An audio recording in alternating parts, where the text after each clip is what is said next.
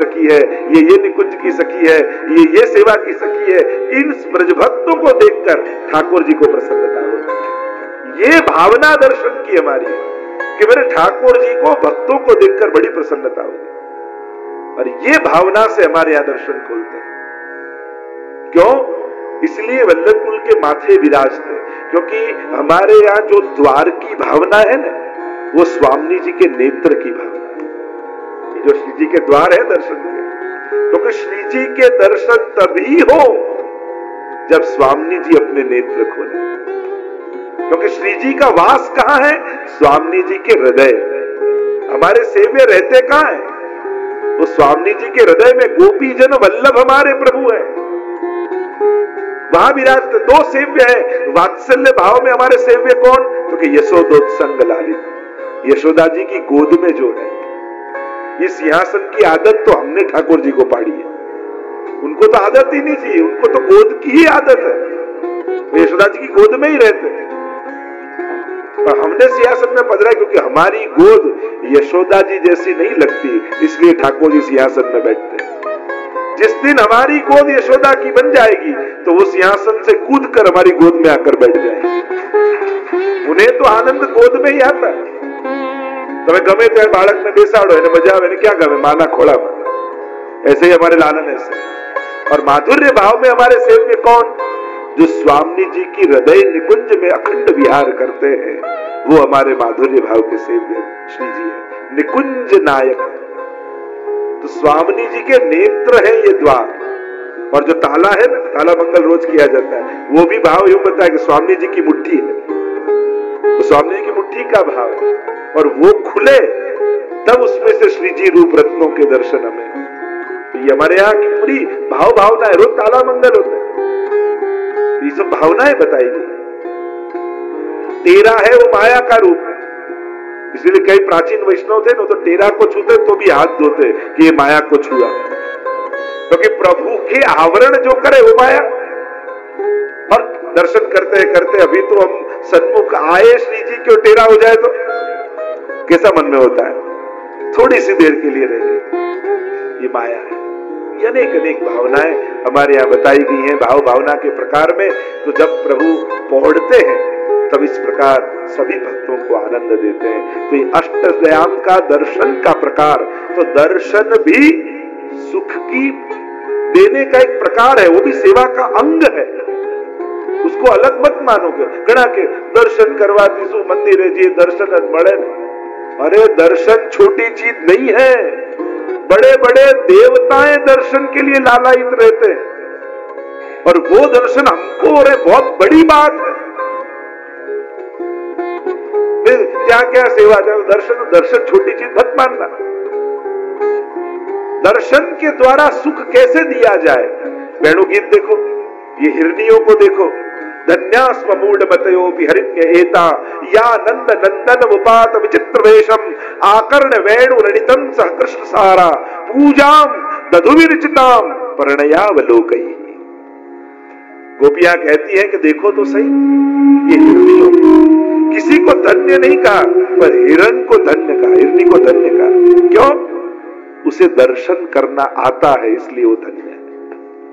धन्य धन्य भाग दास निज जन के, जो यह दर्शन पावे हो, यह दर्शन पावे हो, वो धन्य है जिसको ऐसे दर्शन होते हैं। दर्शन को कभी छोटा मत मानना। ये हिरनी को देखो, ये होता है उसको कि मैं तो मूढ़ पशु देह में हूं, और इस देह से प्रभु की क्या सेवा हो पाएगी। मन में आया कि लोग यूं कहते हैं कि हमारे नेत्र है ना, वो राधा जी जैसे मृग नैनी को यार नवल रसिया, ऐसे हिरनी जैसे हमारे नेत्र है। तो सुख देना वही तो सेवा है। तो ये विचार कर कर ये हिरनियां टगर टगर टगर टगर श्री जी को देखती रहती, वेणुनाद करते हुए। और टगर टगर कोई धारी धारी ने जुए तो अपनी नजर एना ऊपर पड़े, पेलो जुए एम दाए तो प्रभु की दृष्टि पड़ती है हिरनियों पे।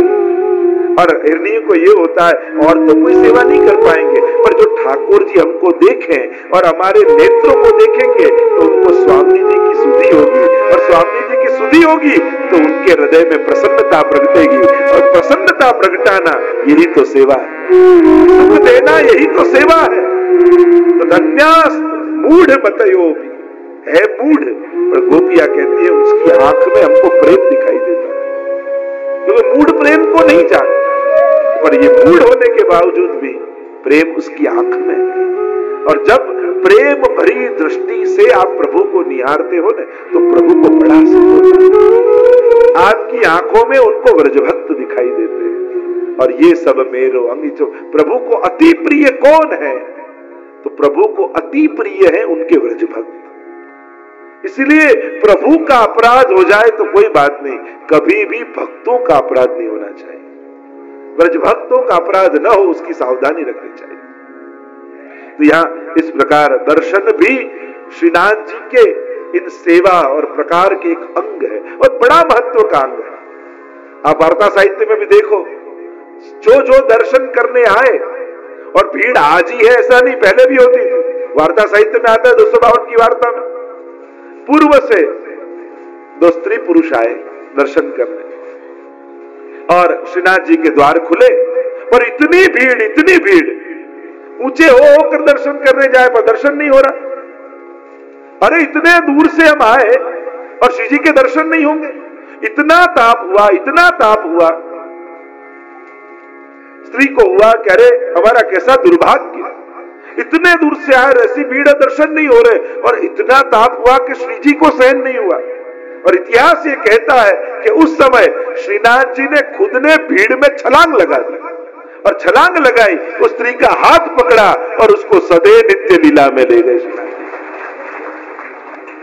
ऐसी वार्ताएं आती हैं, ऐसे तो अनेक वार्ता प्रसंग है श्री जी के। अनेक प्रसंगों में भक्त राजभोग का नियम था उनका, और एक दिन चूक गए, ऐसा ताप हुआ, रोज राजभोग के दर्शन करने आता हूं, आज श्री जी के दर्शन नहीं हुआ। निज मंदिर के पीछे जाकर सिर पछाड़ने लगे, अरे मेरा कैसा दुर्भाग्य, रोज राजभोग का मेरा नियम है, और आज चूक गया, पता नहीं कौन सा अपराध हो। ऐसा ताप हुआ कि अंदर अनवसर में विराजे हुए श्रीनाथ जी से सहन नहीं हुआ। और इतिहास ये कहता है कि अपनी छड़ी निकाली श्रीनाथ जी बाबा, और दीवार में खोदते हुए छड़ी से एक बखोल किया, और उसमें से श्रीनाथ जी ने अपने मुखारविंद का दर्शन उनको कराया। ये भी वार्ता प्रसंग में। तो ऐसे प्रसंग है कि भक्तों को सुख देने के लिए, भक्तों को दर्शन देने के लिए श्रीनाथ जी खुद तत्पर रहते हैं, लालायित रहते हैं। ऐसे तो कितने प्रसंग 252-84 में देखो तो पूरी श्रीनाथ जी की गुण गाथा उसी में से मिल जाएगी आपको। एक कथा के प्रसंग देखो, अष्ट सखान के प्रसंग देखो, एक भगवदियों के प्रसंग देखो। श्रीनाथ जी ने ऐसा वल्लभपुर के बालकों के चरित्र में भी आता है कि श्रीनाथ जी पधारे एक बालक, और उनके साथ उनके छोटे से बालक 5 वर्ष के थे। अब श्री जी को भोग धर के सब बाहर निकल गए, पर सेवा में इतने मग्न थे कि वो 5 वर्ष के उनके जो लालन थे वो अंदर रह गए, और अंदर रह गए, देखा रोने लगे। अब श्रीनाथ जी बाबा देखे कि वल्लभ के बालक रो रहे, उनको मना कैसे 5 साल के, तो अपने हाथ से लड्डू लेकर श्रीनाथ जी बाबा ने लालन को दिया, कहा बाबा ये आरो को, अभी सब आ जाएंगे थोड़ी देर। और जहां वो आचार्य श्री सदा ने पधारे भोग, और देखा तो लालन लड्डू खा रहे, बड़ा आया क्रोध, अरे श्रीनाथ जी बाबा को भोग धरने की सामग्री ले ली, और उन्होंने एक चाटा जड़ दिया, लालन थप्पड़ जड़ दिया। और इतिहास ये कहता है कि थप्पड़ तो लालन को पड़ा, पर उस समय श्री जी के गाल पर 5 उंगली मड़ गई। ऐसे श्री जी हमारे कोमल है, ऐसे भावुक है, ऐसे आत्मीय है हमारे श्रीनाथ जी बाबा। इस तरह वल्लभ कुल के इतने आत्मीय भाव से है। ये तो गोसाई जी ने विनती की कि अब बोलियो मत जाहिर सबके आगे, बाकी श्री जी तो अब देखे सबसे बातें करें, सबसे आज्ञा करें। वल्लभ कुलना वाला श्रीनाथ जी श्री गोवर्धन नाथ, श्री वल्लभ की कहानी लिखी। इस प्रकार अनेक प्रकार की चर्चाएं श्रीनाथ जी के गुण गाथा में है। तो जैसे सेवा का क्रम है, वैसे ही श्रीनाथ जी के अंग गुणगान में एक महत्व का अंग कीर्तन भी है, जो कीर्तन परंपरा है हमारी अष्टछाप कीर्तनों की। तो पूरा श्रीनाथ जी का भी एक विशेष प्रकार की नाथद्वारा शैली, कीर्तन में एक विशेष शैली है कि देखने जाओ कि जिस प्रकार अन्य हवेलियों में जिस प्रकार से पद गाए जाते हैं, इस प्रकार से यहाँ गाने का ढंग थोड़ा, क्योंकि वो पूरा क्रम पूरा करना होता है कि इतने ये दर्शन में इतने कीर्तन गाए जाएंगे, तो थोड़ी शीघ्रता से गाया जाता है। उसका भी पूरा एक कीर्तन की शैली। वैसे ही नाथद्वारा का एक बड़ा महत्व का अंग वो है पिछवाई कला यहाँ की, और पूरी नाथद्वारा शैली एक पिछवाई में, एक चित्रकारी में एक नई उभर कर आई अपनी भारतीय संस्कृति में। क्या वो शैली देखो तो गोपीजनों के नाक नक्श, उनकी जो रंग उपयोग किए जाते हैं, पूरी चित्रकला एक नाथद्वारा शैली, उसका भी एक महत्व का अंग यहाँ है कि जिस प्रकार से उनकी चित्रकारी होती है। और श्रीनाथ जी के, ठाकुर जी के पीछे ये सब पिछवाइयां धराई जाती है। पुष्टि मार्ग की कितनी बड़ी देन हिंदू संस्कृति को समृद्ध करने में। वैसे एक महत्व का दूसरा अंग है सामग्री, पाक कला।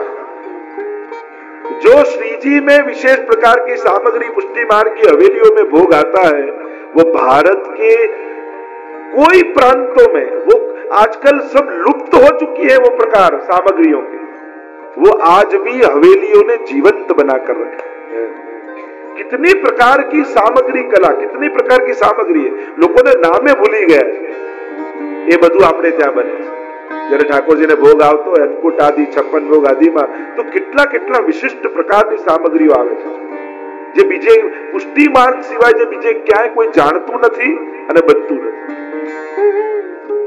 ભારતનો ગમે તેટલો મોટો શેફ લઈ આવો, પણ પુષ્ટિ માર્ગની આ બધી ના નામ આપો તો એને ખબર નહીં,